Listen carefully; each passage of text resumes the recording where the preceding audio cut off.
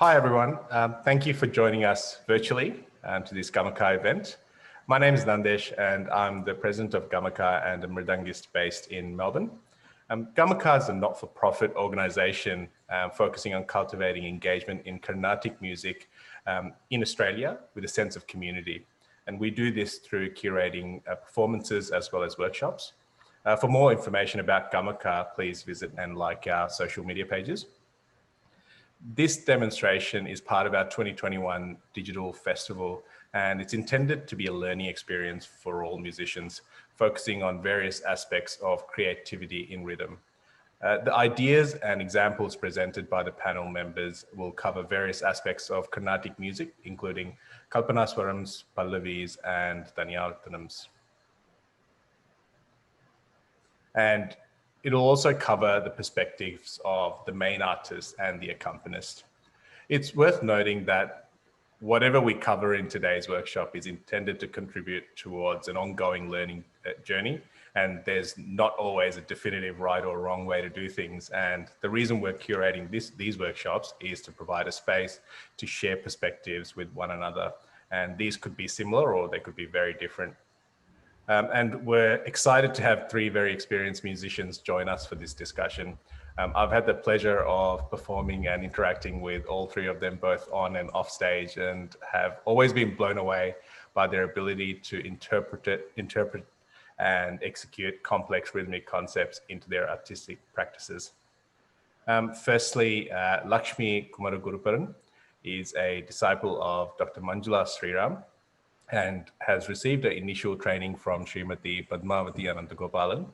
Lakshmi has performed for notable sabhas in India, like the Madras Music Academy, Naradagana Sabha, Shanmugananda Sabha, and Delhi Tamalisai Sangam, just to name a few.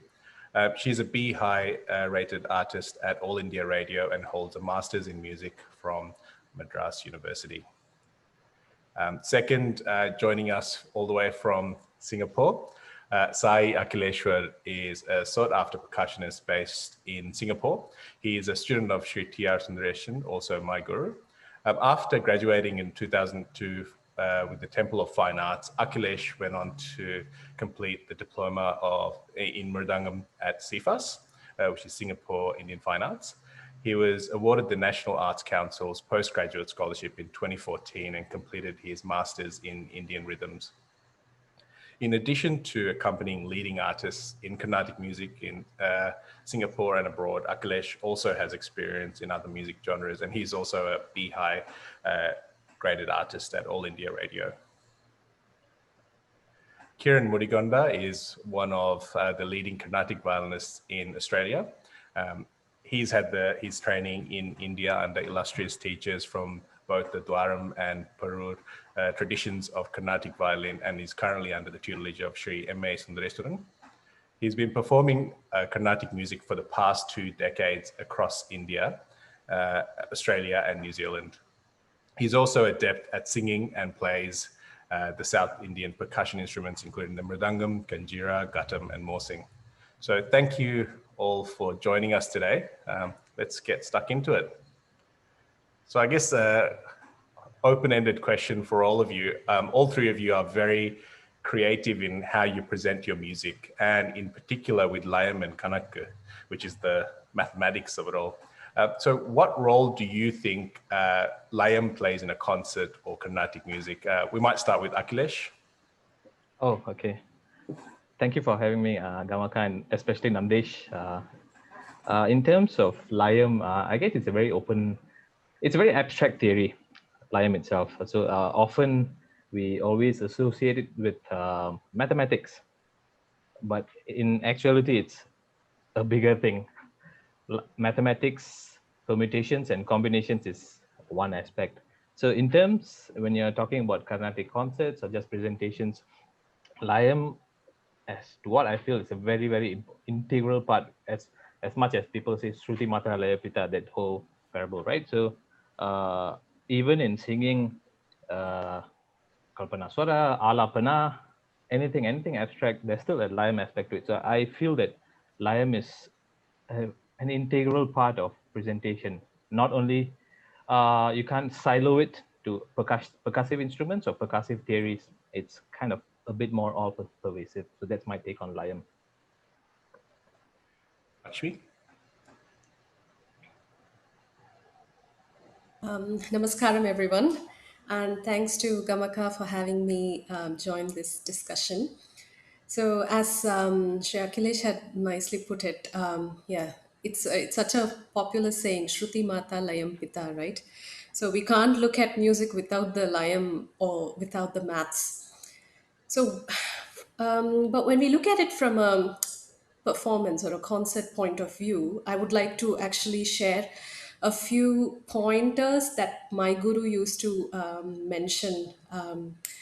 Because when it comes to performance, you're also engaging the audience, and there is a lot of aspects that you can reach out to the audience, and good layam will definitely be something that the audience can relate to. So some things like my guru used to say, when we prepare even a list for a concert, we choose adequate variety in the thalams that we decide to sing, or intersperse the list of the concert with slow paced songs, some medium paced, fast paced. There is a mix of thalams, there's mix of gatis, and the fastness and slowness, so that brings a lot of variety and flavor to our music. And of course, when it comes to Manodharma Sangeetam, there is just so much that we can showcase with Layam, like in the Kalpana Swaras, Nereval, and including even when we take some Alapane singing, there should be some fast sections, some slow sections. Everything is Layam. It's all, without Layam, we can't even look at music. So I think Layam is such a crucial part, and we can't separate the two, separate music and Layam at all. It's just one. We have to look at it as one entity. Great. Kiran? Namaskaram. Thanks, Gamaka, for inviting me to participate in this discussion. Okay, both of them have put in everything that I can think of. Added to that, I would say, as Lakshmi mentioned, from the audience perspective, the Layam is a very good means to carry the bhavam of a composition, because when the composers have composed the kriti, usually from the parampara, from the patantram, it will be passed on at certain kala pramanam, with maintaining certain aspects of the layam. If that is preserved and presented properly, the audience can actually absorb the bhavam of the kriti as how the composer has intended it to reach the audience. So I would feel layam plays a very important role in from that angle as well, passing on the bhavam of the compositions, along with as both Akhilesh and Lakshmi have said, along with the Manodharma aspects and the ragam and pallavi singing and all the other aspects as well. Great. Thanks for that. And I guess the three areas we thought we'd focus on today when talking about Laya are kalpanaswarams, pallavis, and thani avarthanams. So we'll start off in the first section on kalpanaswarams.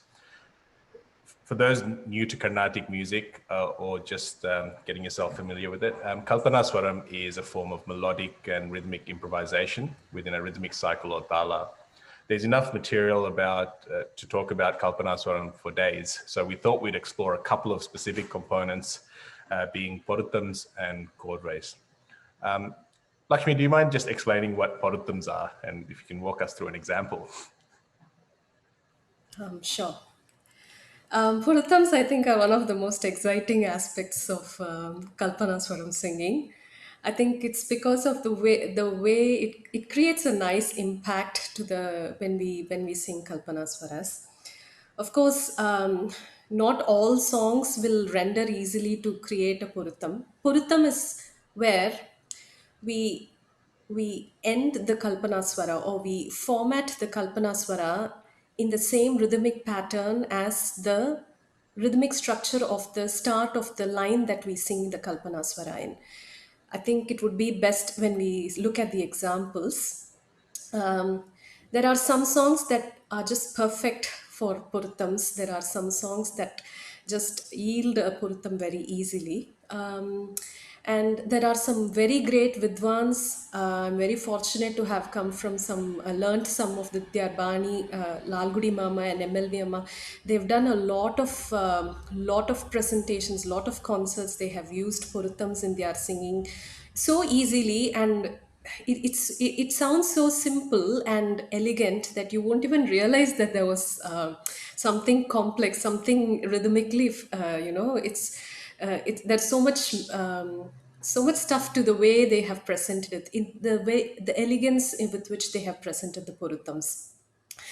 I would like to give an example here. The example that I would share is composition of Sri Maharaja Swati Tirunal in the raga Natakurunji.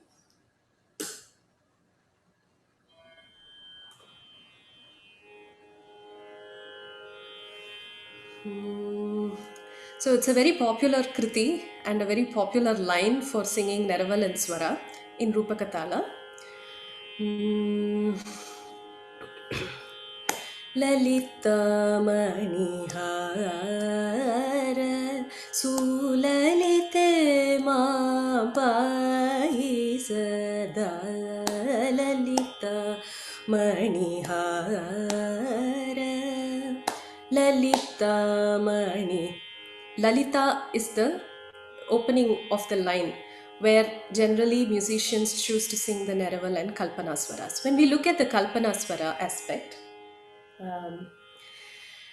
the structure of Lalita, the rhythmic structure of Lalita is Lali, Lalita. So it is Takatam. That is the pattern, right? Like it's a six total count of, say, six, if you look at it like that. We can use this pattern in our Kalpanaswara, just preceding the when we start the line. For instance,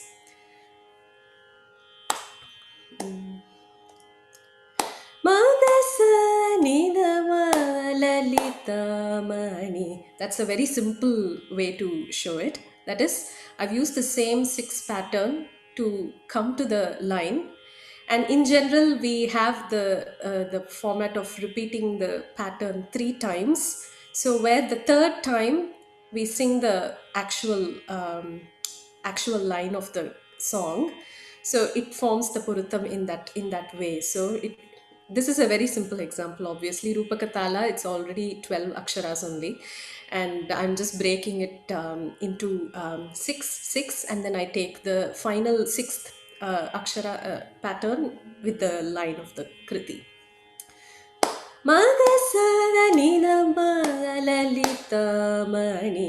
So once we have one Puruttam created, it is very easy to build on these Puruttams. The very simple way I would do that is just add either one akshara, 2 or 3 aksharas before the Puruttam the pattern that I've chosen for the Puruttam. Here the pattern that I've chosen is Magasa, Nidama, Lalita. That is the pattern, right? So now if I were to add, say, 3 aksharas before each pattern, I would have 3 plus 3 plus 3, that is 9 aksharas totally, adding to it. So it would start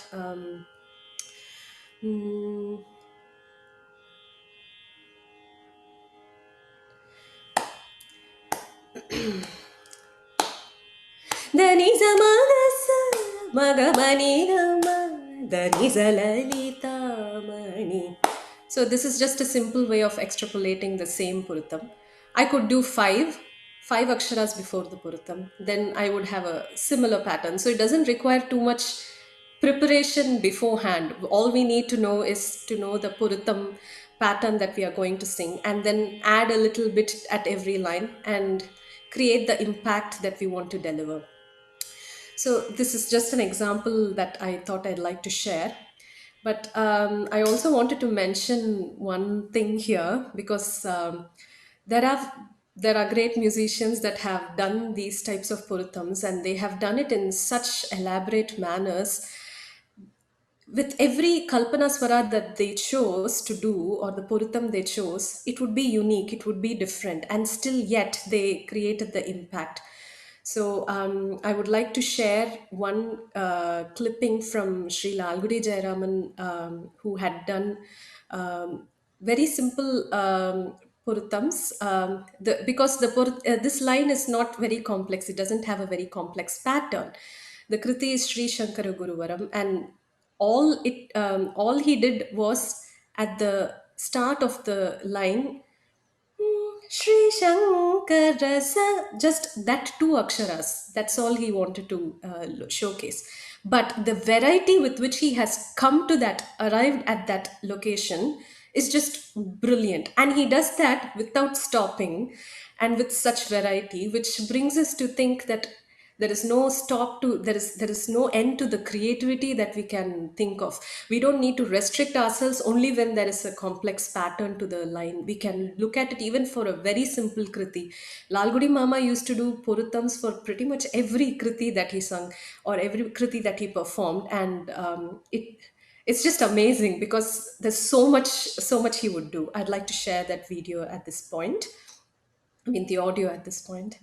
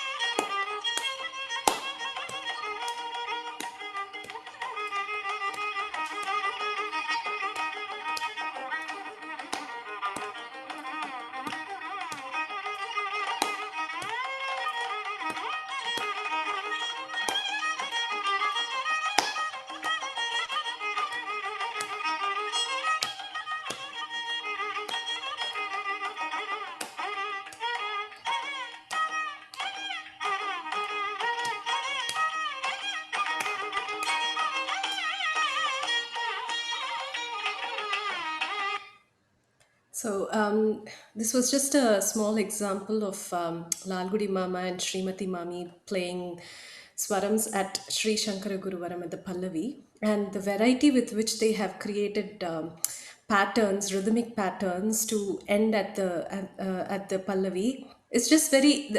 It sounds so elegant. At the same time, there's a lot of patterns gone into it, a lot of thought and creativity that has gone into every kalpana swara that I have performed. So I wanted to share that. So yeah, that's my take on Puruttams. Thank you. I think it's hard to think about Borothams and not think about Lalgudi Sir. It's you can just listen to it for hours on end. I agree. Yeah, it's absolutely brilliant. Kiran, did you have anything to add? Yes. So Puruttam, yeah, Lakshmi has covered most of it. Yeah. So adding to that, I would say Puruttam at the end of Korvai as well. Like these, I mean, the examples that Lakshmi has shared are like in between when they're more like abhiprayams in between the kalpanaswarams, where you can come up with the short phrases, and then the violinist and the vocalist can play and sing, exchange the Puruttam variations. Along with that, Puruttams can also be added to the final Korvai after the short swarams when the vocalist or the main artist ends it with a big swaram. Towards the end of it, the actual Korvai can have Puruttams.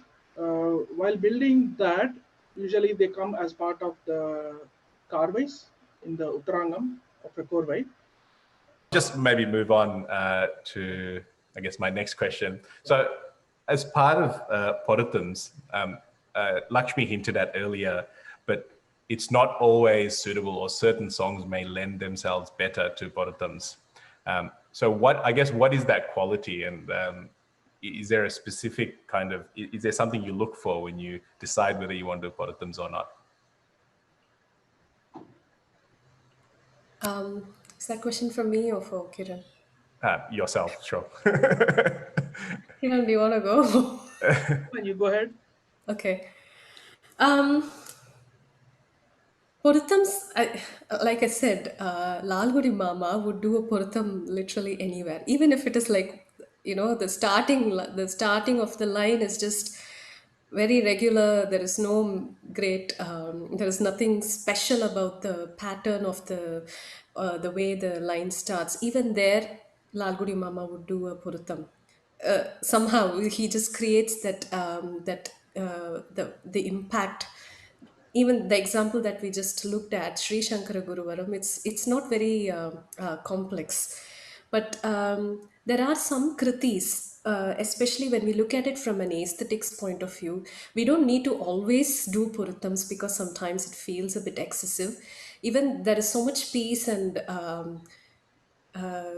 calmness with singing Sarvalagu Swaras, and there is a lot of things that can be done with Sarvalagu, and the aesthetics that we can bring out of the raga, especially when it comes to simpler Sarvalagu Swaras, would be, has its own place in Kalpana Swara singing.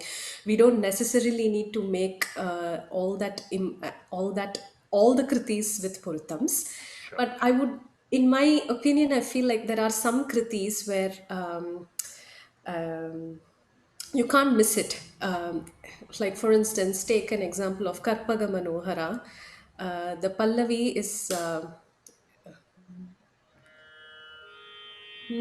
Karpaga Manohara. So, in some kriti like that, especially when there is like swaraksharas also embedded in the line, Karpaga Gappaga Dapa Nida Gappaga, there is like a punchy jump in the way the lines have been structured. Then you just automatically feel like you want to do something in such places, but not that since we can do puruttams in any line literally, but it's just that we as a musician, we also look at the aesthetics point of view to decide whether the puruttam is suitable at a place. So am I right in saying that, so if there is a distinct rhythmic phrase in the start of that sahityam, then it makes it a lot easier, not for Yeah, Lalgudi sir, but for everyone else? yeah, you can say that. Okay. Great. So I guess we'll move on to Korves, the other kind of aspect of kalpanaswarams, which obviously comes in a thani avarthanam or a percussion solo as well. But within the kalpanaswaram context, I guess I might start off with Kiran for this one. Maybe if you can walk us through what a Korve is, and if you can tell us how you come up with your Korves, and if you can walk us through an example. Yeah. So Korvai is so there are two types of calculations that we usually do in Kalpanaswarams. One is Abhiprayam and the other is Korvai. Abhiprayams are anything rendered 3 times, whereas a Korvai is a similar one, but Korvai usually has a Purvangam and Uttarangam. There are 2 parts to it. So first half can be 3 times something, and second half also can be 3 times something. So when we compose a Korvai, this Purvangam and Uttarangam together is one. So that whole Korvai has to be sung or played 3 times. So for usually for Purvangams, the tradition is to add any Karvais in the middle, and the end of every phrase can have Karvais, but the Uttarangam cannot have a Karvai towards the end. For example, usually when I if I have to play a Korvai on the spot, if I'm accompanying someone like in a kacheri and they sing a Korvai, and if I'm expected to play, I need to have a go-to Purvangam or a bunch of Purvangams that I should know. Based on that, I have to start building, so it actually falls in place. Usually, I go with the sevens, Takajanutanku. For example, if I have to do for a Rupakatalam, so Takajanutanku is 7. So 3 times 7 is 21. And then I have to calculate how many more notes are left to finish any remaining notes to form a certain whole number of avarthanams of Rupakatalam. For example, 3 times Takajanutangu would be 21. 21 would be 12 less than 2 cycles. Each cycle is like 12 notes. So 2 cycles of Rupakatalam is 24 notes. Then I'm left with so if I take 3 cycles, then it would be 36. Out of 36, if I have 21 notes already done as 3 sevens, I'm left with 15. So I can fill that with 3 fives. So that's a simplest way I can make a Korvai. So taka jenutang to taka jenutang to taka jenutang to tadikita tunta dikita tunta dikita tunta. So these 3 times can work in Rupakatalam. And the same Purvangam I can use for Mishra Chapu. Exactly fits. 3 sevens and 3 sevens. So that is that's what that and if the same one, if I want to use the same Purvangam, I can use it for Khanda Chapu as well. So 21, and then so if that means I need to have 19 more letters to make it 40 notes Korvai. So that means if I have an odd number like that, 19 can't be divisible by 3. So I have to find a lesser number than that, and then try to include 2 Karvais in between the 3 phrases. That would be 15 plus 4. So 19 can be 15 plus 4. So that would be 5, 2, 5, 2, and 5. So 7, 7, 7, 5, 2, 5, 2, 5 would work for Khanda Chapu. Taka jenutang, taka jenutang, taka jenutang, tadikita tuntang, tadikita tutang, tadikita tutang. So yeah, so this is as an accompanist, this is what I usually think when I have to play a Korvai and I have to make up Korvai on the spot. And yeah, so bigger Korvais need a more thought process. So when we have to compose as a main Korvai, when I have to play my solo concert, then I have to sit and prepare a massive Korvai with a bigger Purvangam and a bigger Uttarangam, and that can have all the fancy stuff like portons and anything else. Yeah. Yeah, great. And is there, I guess, so you've just shown us a great example of how you, I guess, build up a chordway. Very simple but very practical example in two different talas. Is there a wrong? Is it just enough to make sure that the chordway just fits within the tala, or is there other aspects that you need to consider, like kala pramanam or things like that?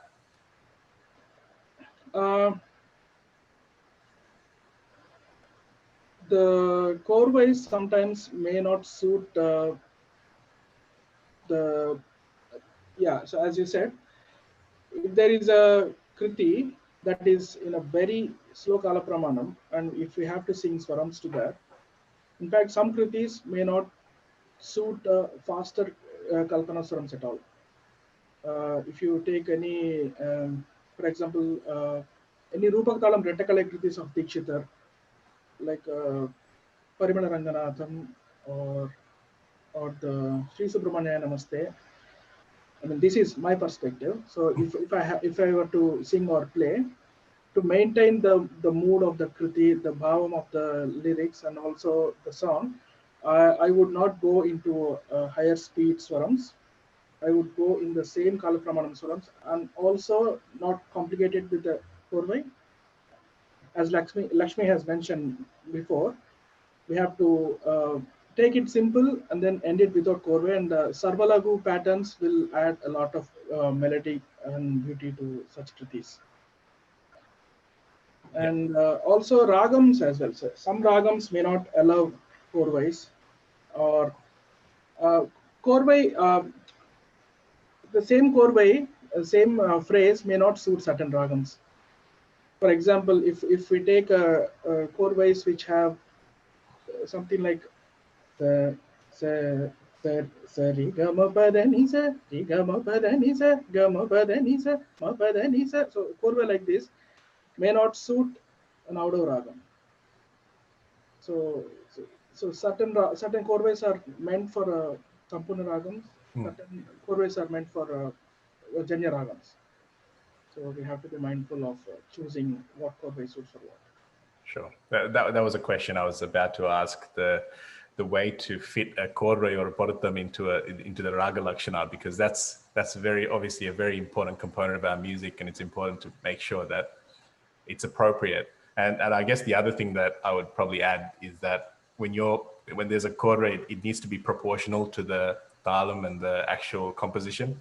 Because, for example, if you take Rupa Katala and it's a short cycle, and then if you have a 20, 30, really long avarthanam chordway, then it might not be appropriate for a very short song. So, I mean, it has been done, and I'm not saying it's wrong, but I guess it's not the norm. And Lakshmi, do you have anything to add with regards to the raga lakshana aspect of chordways? Yes. So I feel that it is very important when we create a chordway, we don't compromise on the raga lakshanam. Often we get stuck with the pattern that we want to perform or sing, and not think about how we can actually bring it into that ragam. So something I'm a bit old fashioned when it comes to singing chordwise. I don't complicate it too much. I sing some very popular chordwise that's in vogue, and uh, try to keep it as simple as I can. And but the thing is, as a vocalist, I also have the opportunity to plan these things well in advance, so I can prepare something well for the ragams that I choose.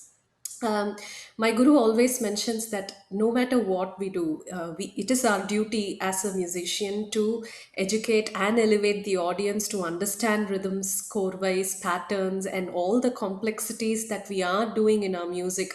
We have to. It is our duty to elevate them and to make them understand. But that can be done only when we we have to bring it in a way, we have to make it available to them in a more simpler manner, more easily available to them. It has to be more easily available to them. So that happens when when our music and the pleasantness and the aesthetics of the korva is not the aesthetics of our ragam in the korva is not compromised. As an example, I would like to just quote a korvai in Kamboji. we, it's a very simple pattern, very regular korvai, nothing complicated. But the way my guru has taught me to sing this korvai is will you'll not even, it's not even like, okay, I'm doing a korvai. It's like I'm just singing Kamboji without compromising any bit of Kamboji. We can bring out the essence of the we bring out the korvai and also the ragam.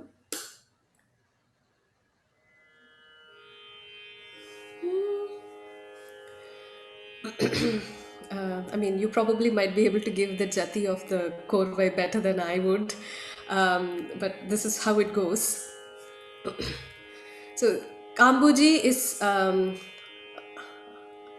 Shadava Sampurna Raga. So we have 6 notes going up and 7 notes coming down. And the raga it's not just, a raga is not limited by just the swaras or the order of the swaras.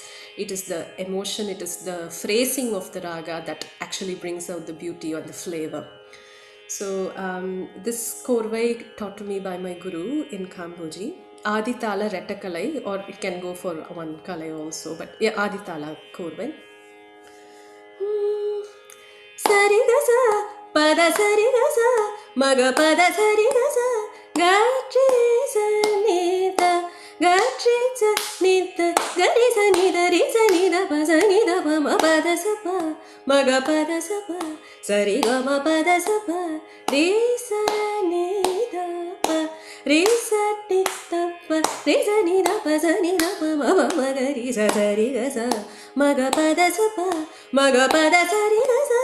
Gatri sa nida, gatri sa nida, gari sa nida, re sa nida, pa sa nida, pa da shri, or whatever kriti we take out. So what I wanted to show here is that there is no compromise in the beauty of Kamboji, the free flow of Kamboji. Pa da sa re ga sa, that all these phrases, if you were to sing Kamboji according to the Arogana and Arohana and Avarohana, it is Pada Sari Gari. That's how it has to be. But if you look at it from a Kamboji point of view, that Pada Sari Gasa, that brings out the identity of the raga much better. So when we design or when we plan a korvai, if we are able to also bring the elements, the phrases that brings out the identity of the raga best, I think that way it is more beautiful, more elegant, and more presentable than, okay, I've sung a long kalpanaswara, now I'm finishing with a korvai. It doesn't stand separate. It just blends with the rest of our music, and that has a place of its own. Aesthetics plays an important role in our music. The bhava is maintained. That's that's my take on the korvais. Great. And I guess, Kiran, one last question on kalpanaswarams as an accompanist. What's your thought process when the main artist has just performed their korvai? Is there an expectation that what you have to replicate what they've performed, or does it have to be a variation of that, or can you just perform whatever you want as long as it's appropriate? It fits in. Best case is to be able to replicate the same korvai. So easiest way is to keep an eye on the talam and try to pick up where the korvai starts, and that's how we can pick up. And the challenge is to remember the korvais. If the main core, or even in an abhiprayam or a main korvai, if the korvais are very difficult to remember, it can be a bit challenging. Otherwise, you need to have a backup plan. Or another thing is that when I accompany, if the main artist starts singing swarams, and if the edam is not on samam, if it is somewhere else, then I'll quickly prepare like a bunch of korvays or abhiprayams in my head, just to make sure that from some easier part to start and then finish at that item, just in case if I'm not able to replicate the actual korvay. Yeah. Great. And I guess just in the interest of time, we might move on to the next section. So it looks like Akhilesh is a bit bored. He's been, so I thought we'll talk about thani avarthanams, which is his specialty. I'm not bored. I'm happily listening to their expertise. So I'm not bored. Great. So within thani avarthanams, obviously, there's a lot of aspects, and I thought the two that were quite interesting to me were sarvalagu and korvays once again, but from a more percussion point of view. In terms of mridangis, there's, we've got legends like Vello Ramabhadran all the way to Palgat Raghu on completely the opposite side of the spectrum in terms of their complexity, but their mastery over the instrument and over the music is unparalleled. So this is all of these discussions are very subjective, and there's a lot of taste involved. But it'd be interesting to hear, I guess, your perspective. One, what is sarvalagu, which is something that Vello Ramabhadran sir was very well known for. I think they called him Sarvalagu Ramabhadran for a while. Yes. And how can you showcase a nade? Because often Sarvalagu is assumed to be non-mathematical or simple, but actually there is a lot of complexity behind it to bring out that beauty. So yeah, it would be interesting to hear your perspective. I mean, Kiran can also chip in if he wants to. I mean, basically, sarvalagu, like correctly said by yourself, right? It's just, in a way, it's been misconstrued, saying that it's just purely non-mathematical or mathematical. But in nades, let's say we take Adi Talam or Chadusra Jadi Tripur Talam. We know the angas. There are 3 different angas. 1 lagu through Dhrutam, so there's 8, right? So in terms of playing wise, everyone knows that calculation, or especially Carnatic calculations, Carnatic percussive calculations, are very based on permutations and combinations. So one very well-known nade that all of us know for mridangam is takit tadimi taka tadimi taka tadimi tangardaka tadimi taka tadimi taka tadimi tangardaka. This may seem like it's not. This may feel like it's just a nade, but the inner complexity is 1 2 3 1 2 1 2 3 1 2 1 2 3 1 2 3. Basically, it's just the 2 is shifting around to make the 8 note phrase. Takita taka takita. You can also look at it as 3 and 5, but if you really want to break down to smaller pieces, right, it's 3 2 3. So just moving around that 2 can actually make the nada or the sarva lagu sound very different. It's different if you look at tadimi taka tadimi tadimi taka tadimi tadimi taka tadimi tadimi taka tadimi tadimi taka tadimi tadimi taka tadimi taka tadimi tadimi taka tadimi taka tadimi tadimi taka tadimi tadimi taka tadimi taka tadimi tadimi. So now what was actually done was you're just shifting the 2 and you're just adding a male color, like a small podi sollu. So it's just building on these small blocks and trying to form that particular nada. And sarvalagu, as what Sundaresan sir, our common guru, used to say, it's basically using one particular nada, in this case, like 3 and 5, takita, taka, takita, and trying to expand as much as possible without breaking the phrases. I'm not going to break the three-stroke phrase or the 5-stroke phrase, but I'm just going to add podi solus. Podi solu actually means a very fast-paced solu, like something like that. And moving on, it's basically trying to find out what sits within a 16-bit or a 32-bit, 32 matra or 16 matra breakdown. So some folks like to play a 7-9 combination, which still comes to 16. And but whilst it is mathematical, especially when you play in an instrument, we try to show the tones. The tonal quality is very important. We are not going to play tadim tadim tadim tadim tadim tadim takadim takadim takadim. We're not going to play that. We're going to play something that is a bit more groovy, something with kind of concentrates on the nums and the dims and the chapas with the gumkis a lot more. So playing a nade in mridangam obviously also depends a lot on the strokes that we play. Even though if you play something extremely calculative, it can sound okay. For instance, like a 5-stroke phrase is tading enatum, tading enatum, tading enatum. I'm not going to play nada. I'm not going to play takita tading enatum, takita tading enatum. It just feels like you're playing a solle. You're not playing a nada. Whereas if you play a nada, it's more like tadimi taka tadimi, where the num dim the chapas are identified. I hope I'm not going long route. I'm not taking a long route, but in terms of nadas, I feel like it's really dependent on how you package the solis or package the matra kanakku. I mean, it also depends on what nada you're playing. Chatusra nada works. Let's say in kanta nada, you know, it's 5-5-5-5. Like Sundaresan sir always used to play, let's say tam tadim taka tadim taka tadim taka tadim dim naka tadimi tadimi dimi naka tadimi tadimi dim naka tadimi tadimi dimi naka tadimi tadimi, which is a 2 and 8 combination.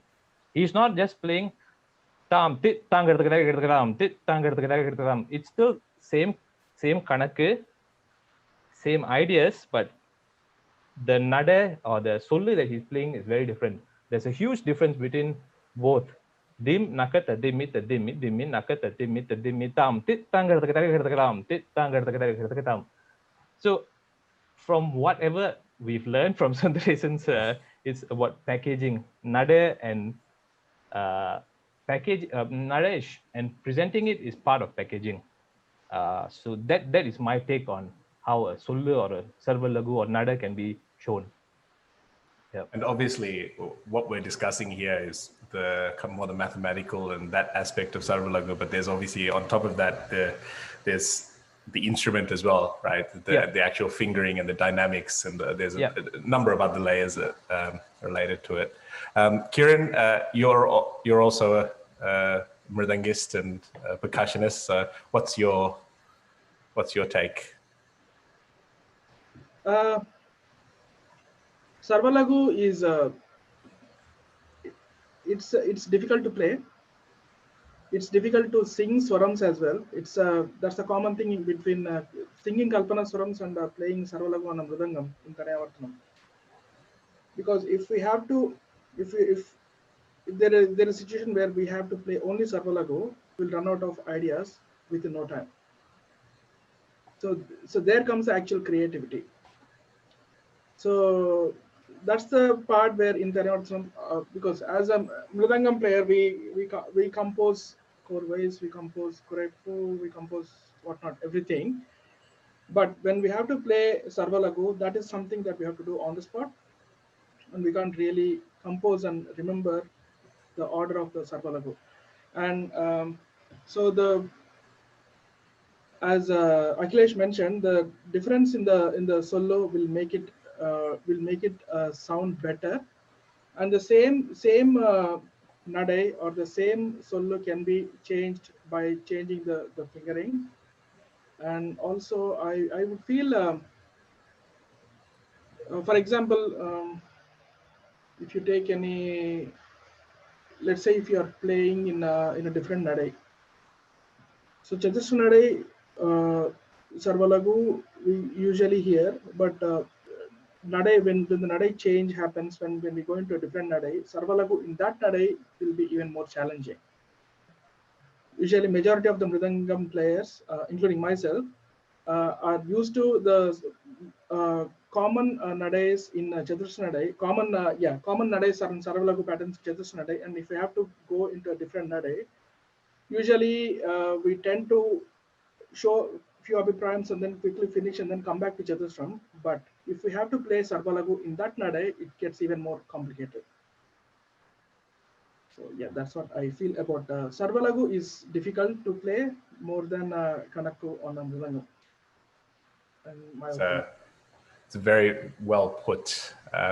And I guess, like you said, that the really difficult one is, if you're transitioning from, say, Chadusram to Tisram, and then you're playing another in Chadusram, and to play that in Tisram as a transition. Do you mind showing us an example of that, like just in Konakol? Okay.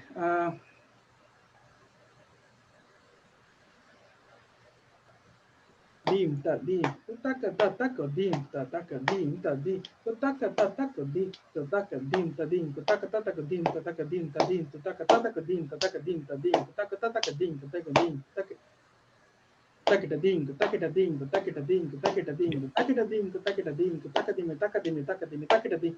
Ding, taka da ding, taka da ding, taka dimi, taka jenu, taka dimi, taka jenu, taka dimi, taka jenu, taka dimi, taka jenu, taka dimi, taka jenu, taka dimi, taka jenu, taka da dinu, ta dinu, naka da dinu, ta dinu, naka da dinu, ta dinu, naka da dinu, ta dinu, naka da dinu, ta dinu, din, ta din, taka din, ta din, taka din, ta din, taka da din.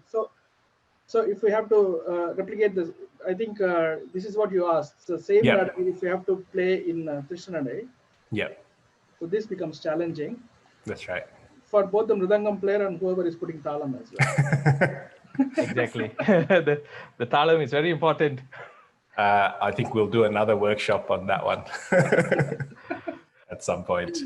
And we talked about chords in kalpanaswarams, and obviously another big aspect of Carnatic music is chords in the thani avarthanam, or the actual, the composition aspect of a thani avarthanam.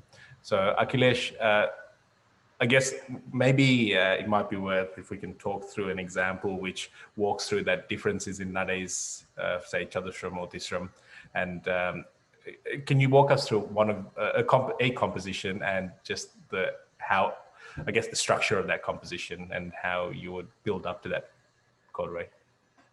Yep.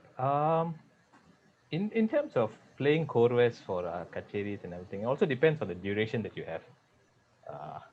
Sometimes in a kacheri, thani avarthanam usually ends up being like a 5-minute process or something even shorter. Let's just a mogra and korve. But depending on the time, if we have relatively a good duration to play, usually depends on the talam. We usually play chadusranada. Depends, and if it's like a chapu talam, we can only play tisranade. If it's a normal speed, if it's like ultra slow, then we can think about playing kanta nada or whatever nada if it's very slow. But in general speeds, we can play tisram. So in terms of composing or thinking about the thani avarthanam, it also depends on what are we trying to achieve intellectually, what's the flow of the thani avarthanam we want to do. Especially seeing Sundaresan sir, any korve or nada that he plays actually has a meaning for the next phrase that's coming up. So whether he's playing a chadusram, then he plays a chadusram to tisram combination korve, then he moves to tisram, then he goes back to chadusram and else.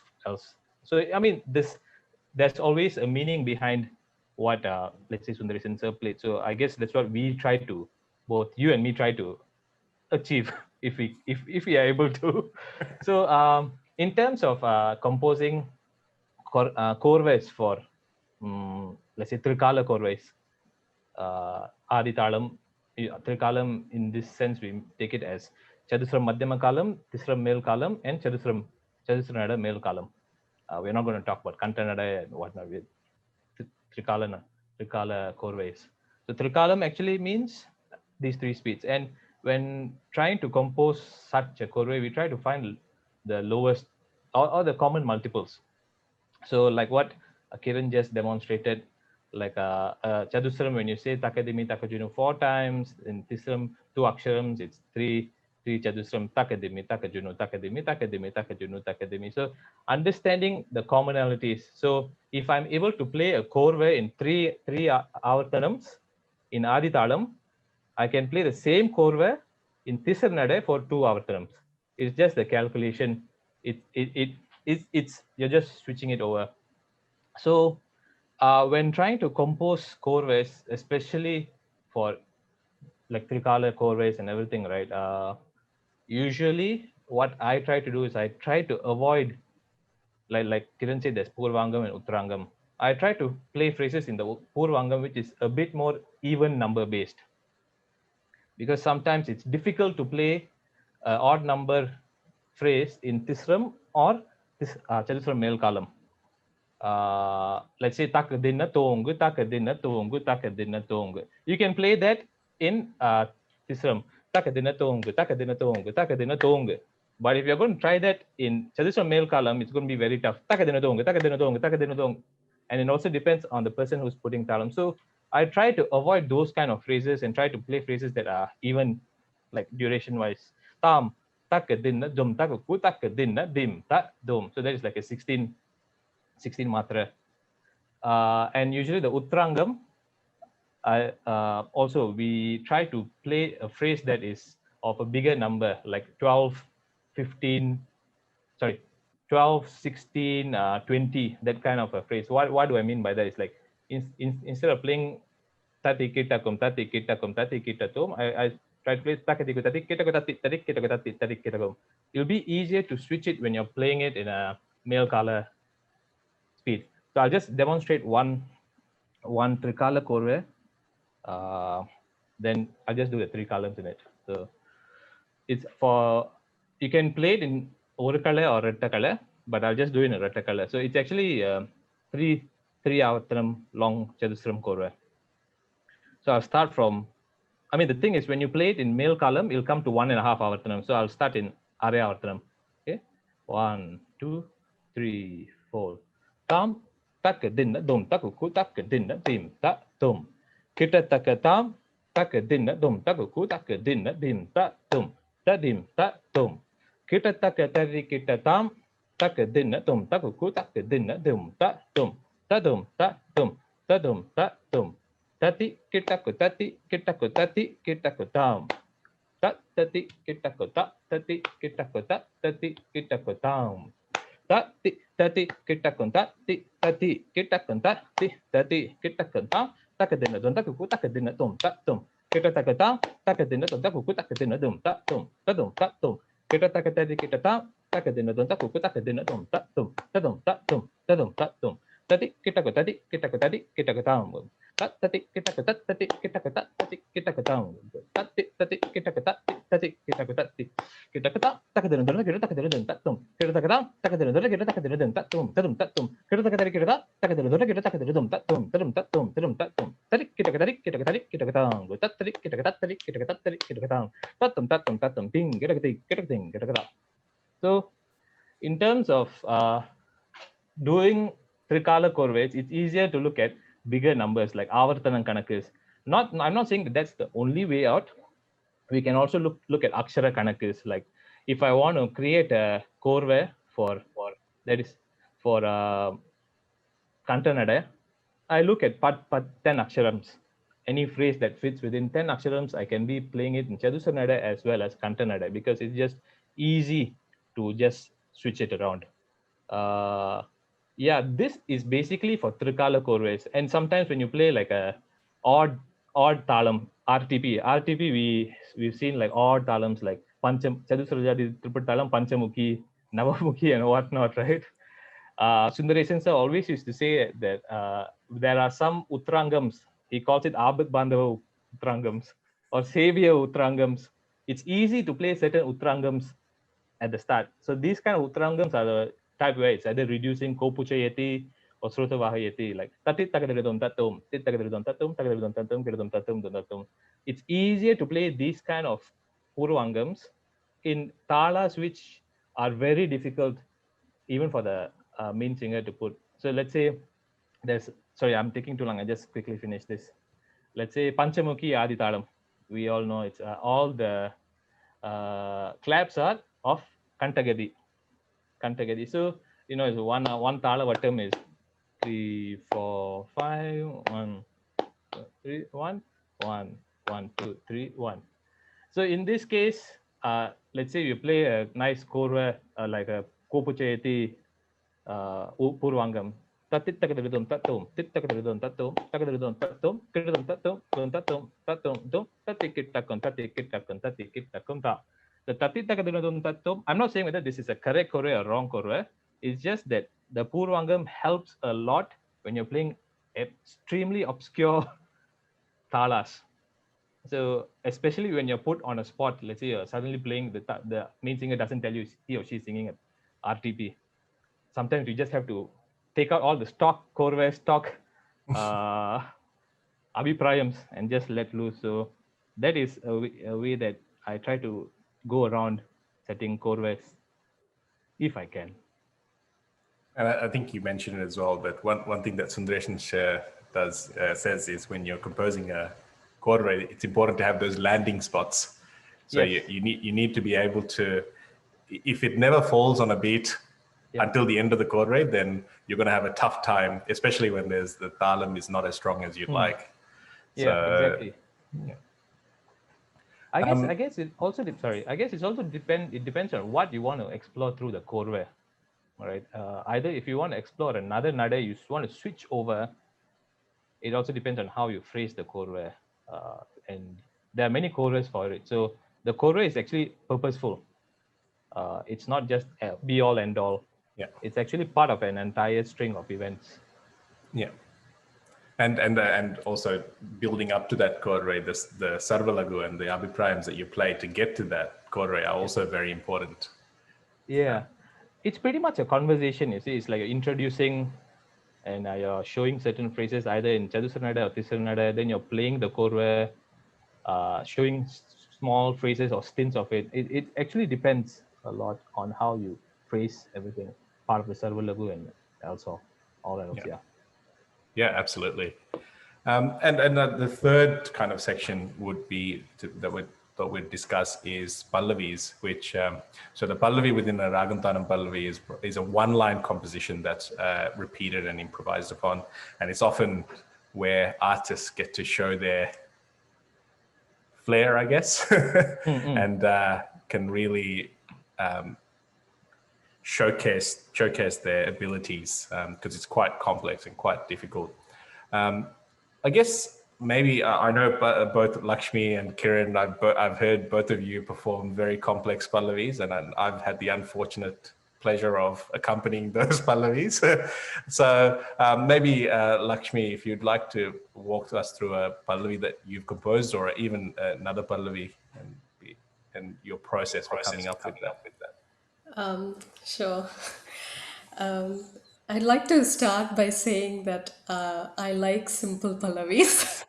Simple pallavis in the sense that I don't like to make the talam as complicated, but I do have to give the backgrounds that when I started learning pallavis, my guru used to, when we started, yes, we start with simple pallavis, but she also used to make us create our own pallavis, create our own talams, create our own words.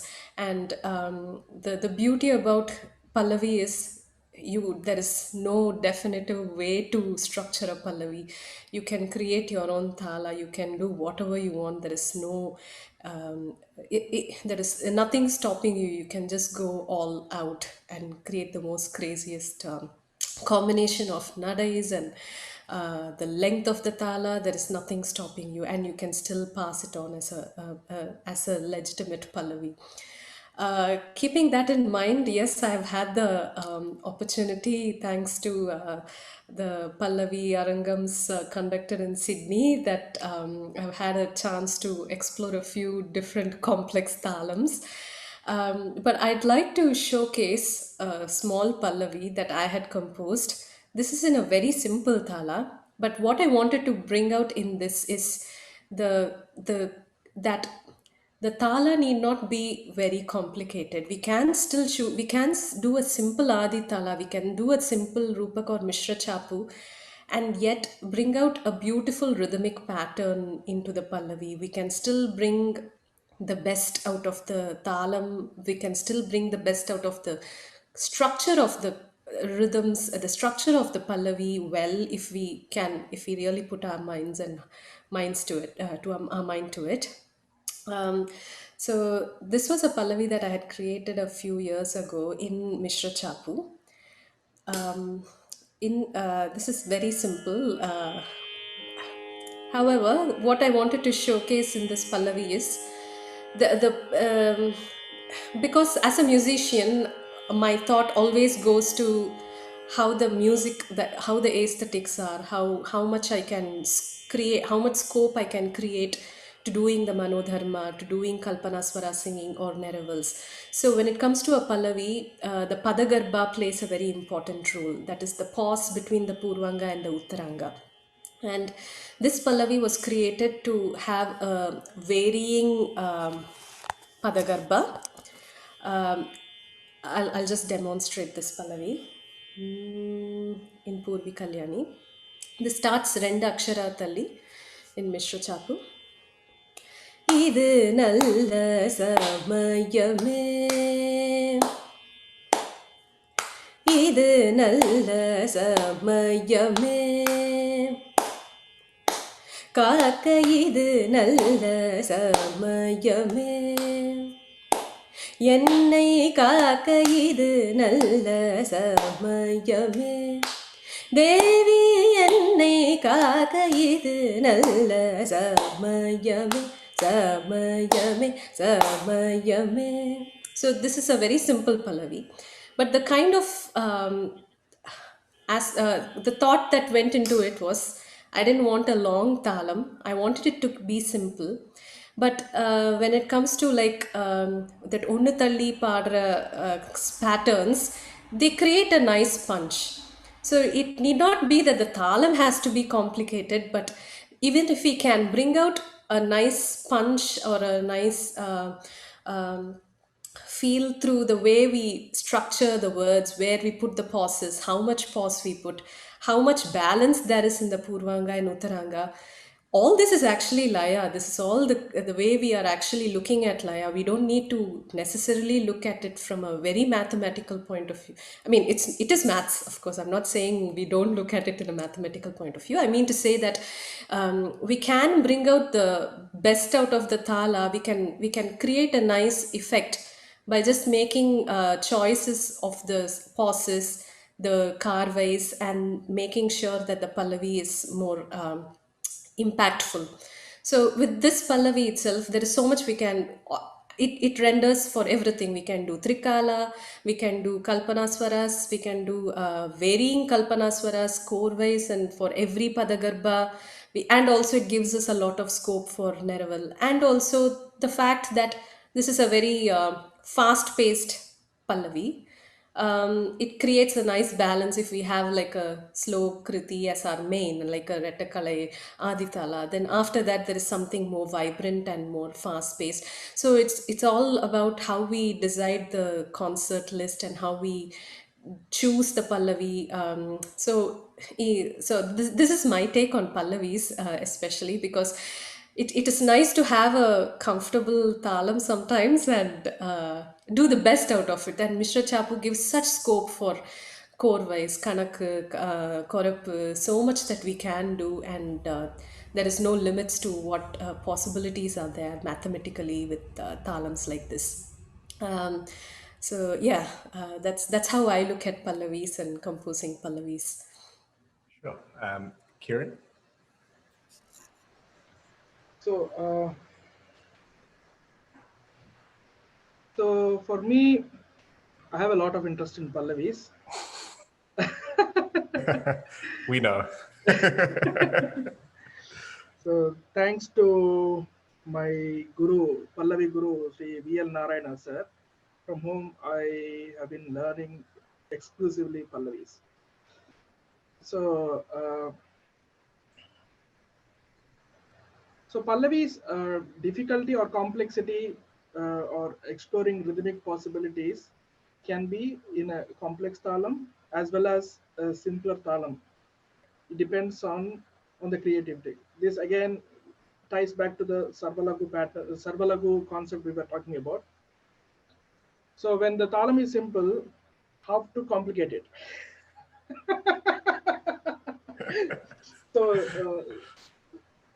So Pallavi singing has so many aspects. For example, when we usually do the Trikalam of a Pallavi, the popular practice of the present day is to do only one way of the Trikalam, which is called the Anulomam. Whereas there is one more called Pratilomam, where, so Anulomam is where we hold the Talam constant and we do the Pallavi in the lower speed, and then the normal speed, and then high speed, or maybe in Trishram or other nades, depending on the ability of the musician. Anulomam is where we keep the sahityam constant and then vary the talam in different speeds. So this is this used to be the normal practice in Pallavi singing before. Even in current days, some people do it. So if that is the case, if the artist has to do a pratilomam style of a trikalam in a Pallavi, then it can be challenging. And if you have to do trishram of the talam, then it's even more challenging. And in that case, if it is an Aditalam Pallavi starting in Samam, still it will be very, very difficult. It can get really complicated to do that. So, so coming to the complex talams, one of the Pallavis that I composed, it was last year I did for my students Arangetram. I wanted to compose a Pallavi from scratch on my own. And that was in the Ragam Shankarabaranam, and the talam was Trishrajati Rupaka talam, and it's a Panchanada Pallavi.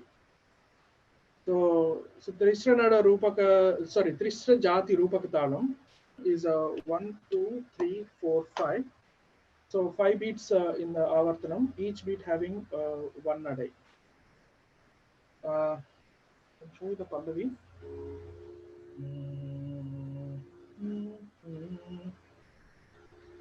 So the Pallavi starts, so the nadais are takita, taka, dimi, taka, takita, taka, dimi, takita, taka, dimi, taka, takita. So 3, 4, 5, 7, and 9. The Pallavi starts one note after in the lagu.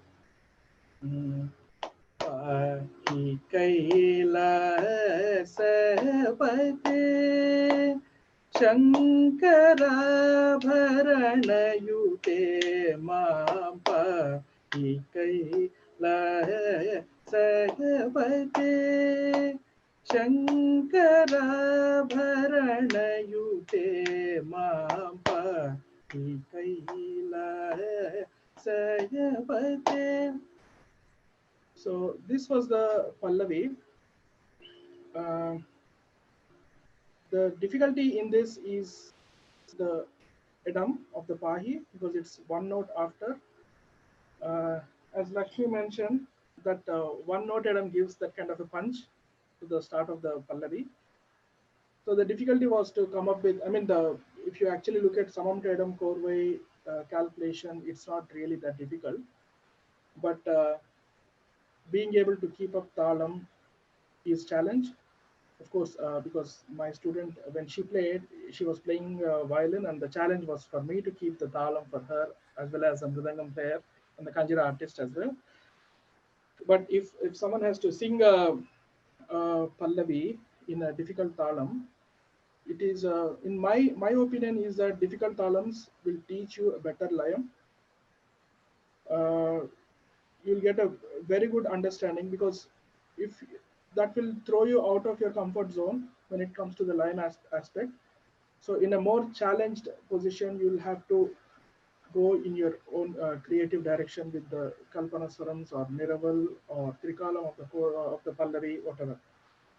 So in that way, I usually treat that as a challenge, and I can see that it's definitely has helped me improve my talam expertise, or my command on the layam.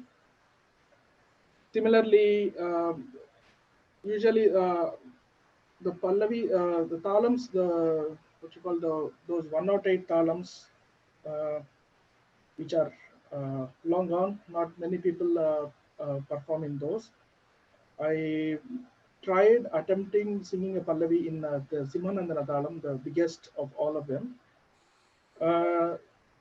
It was a challenge for me to sing that, but after that I can see a total change in my ability to think while I'm playing or while I'm singing, my ability to think on the carways or calculations, because I was able to remember and control such a big talam also while doing that, I was trying to think and improvise. That has given me a good challenge, and it was a very good exercise for me, I felt. And yeah, so apart from that, I usually try to take a pallavi and then try to change it to different talam and see how I can make the same pallavi in different talams. For example, this same pallavi from the same eduppu, it works in Chaturshranadai in the Trishrajati Tripura talam.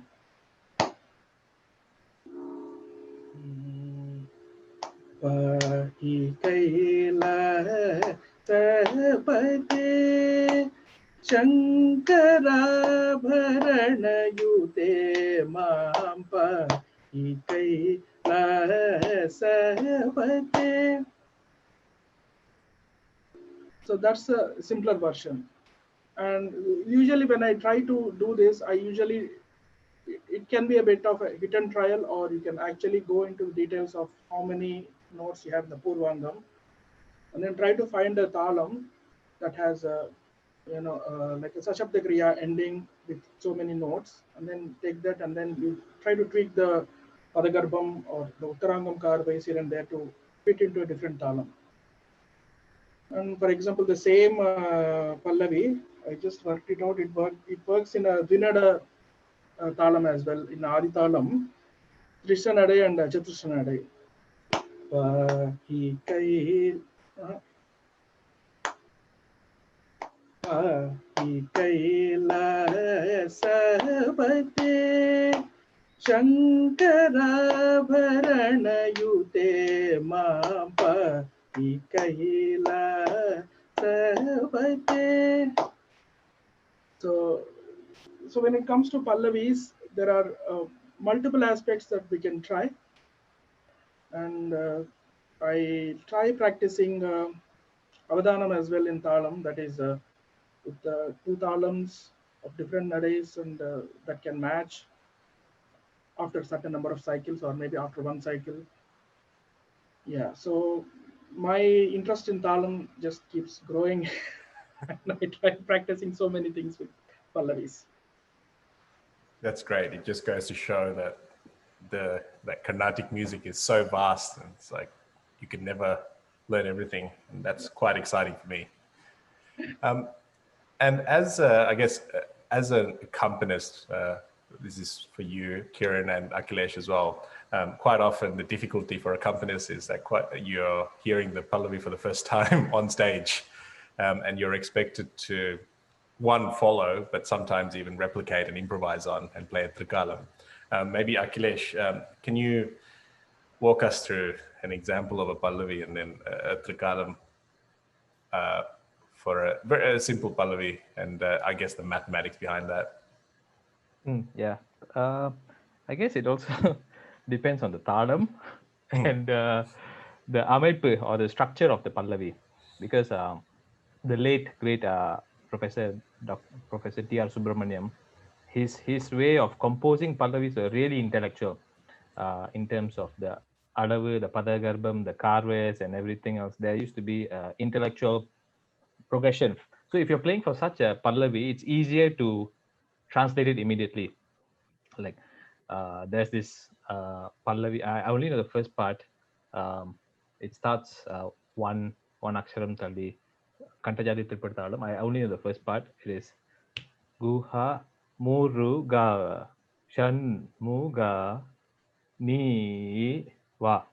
Guha Muruga Shan Muga Ni Wa. So the word is two aksharams, the karva is two aksharams. The word is three aksharams, the karva is three aksharams. The word is four aksharams, then padagarbam. So when you're playing for these kind of pallavis, it's easy to translate it immediately. However, if it's like another pallavi which is really wordy, then that's where the major challenge comes. But now I'm just going to tell you a simple pallavi in Kantajadi Tripita. It's easier to set trikalam, tisram and melkalam in Kantajadi Tripita because you have nice landing points.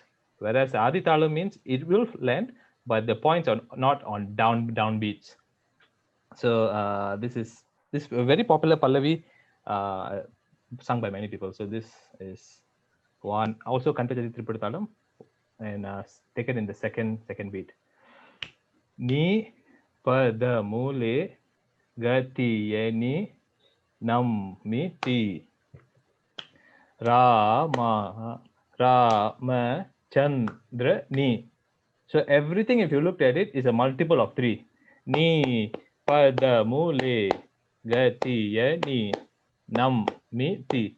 And the pada garbam is also 6. Tak dimi tak ra ma tak takita tak dimi tak takita. If you look at it, 5 and 7 is also 12. So the entire pallavi is 3 tisram based. So it's easier to translate this to a tisra nadai. It's easier. So I'll just do. Do you want me to do? Don't need to do Trikalam, right? Up to you. Okay. So I'll just do one quick round. Tam, takita tam, takita tam, takita tam. Taka takita taka dimi takita tam takita tam takita tam takita tam takita taka dimi takita tam takita tam takita tam takita tam takita taka dimi takita tam takita tam takita tam takita tam takita taka dimi takita tam takita tam takita tam takita tam takita taka dimi takita tam takita tam takita tam takita tam takita taka dimi takita tam. So these kind of pallavis are easier to handle, and in terms of playing, I think Kiran would also agree. As an accompanying artist, it's easier because it's very logical, and not always do we face these kind of pallavis. But however, if there is some very obscure pallavi, the first thing I try to do is understand the padagarbam and work backwards and find where the yedupu is. And once, if you have a Uba Pakavadyam artist, it's easier, so you can have like 2 or 3 avarthanams to yourself just to figure out what the pallavi is. If not, then we are screwed. But you have to pick it up on the point. It's literally just understanding the karves and the adavis, and either you can work the first half properly or the second half properly. But usually, what I look at is the yedupu and the padagarbam. That's the way I try to translate it as soon as possible. Right. Special mention to Sri Lalgude Jayaraman sir for being able to do that on the spot. For the famous Pallavi, Sankirtanada Pallavi. What was that Pallavi? Lakshmi, do you remember that? Sorry, the Sankirtanada Pallavi. I'm familiar with the one that Lalgudi Mama accompanied Mudigonda and Venkataramayar. I think that was a Simanandana Tala. No. The I can't recollect. It's the Todi Pallavi, I think, the Sankirtanada. Sorry, I'm not able to remember. So apparently, the Alathu brothers, it was their Sangeeta Kalanidhi concert academy, and they challenged Lalgudi Jayaraman sir with Sankirtanada Pallavi on the spot, and just after singing that for twice, he could pick it up and play it back. Wow. That's amazing. Well, if we can find a recording of it, we might post it along with this after. Kadirvadi Vela, Shanmukha Priya. Okay. Great. Well, thank you all for your time today. It's been a very interesting conversation, and there's a lot that I've gotten out of it, and I hope everyone who ends up watching this is able to pick up something that they can apply to their own artistic practice, whether in Carnatic music or in their other artistic practices. And obviously within Carnatic music, you're always learning, and what we've covered today is a very, very, very tiny aspect of it. And it's also just our perspectives on this art form. and people might disagree with some of the things that were said today, but that's fine. That's what makes the music so exciting. And so I just wanted to thank you all for your time again. And if you'd like to follow us, if you'd like more information about Gamaka, you can follow us on our social media channels, and we'll post the link on this video. So thank you.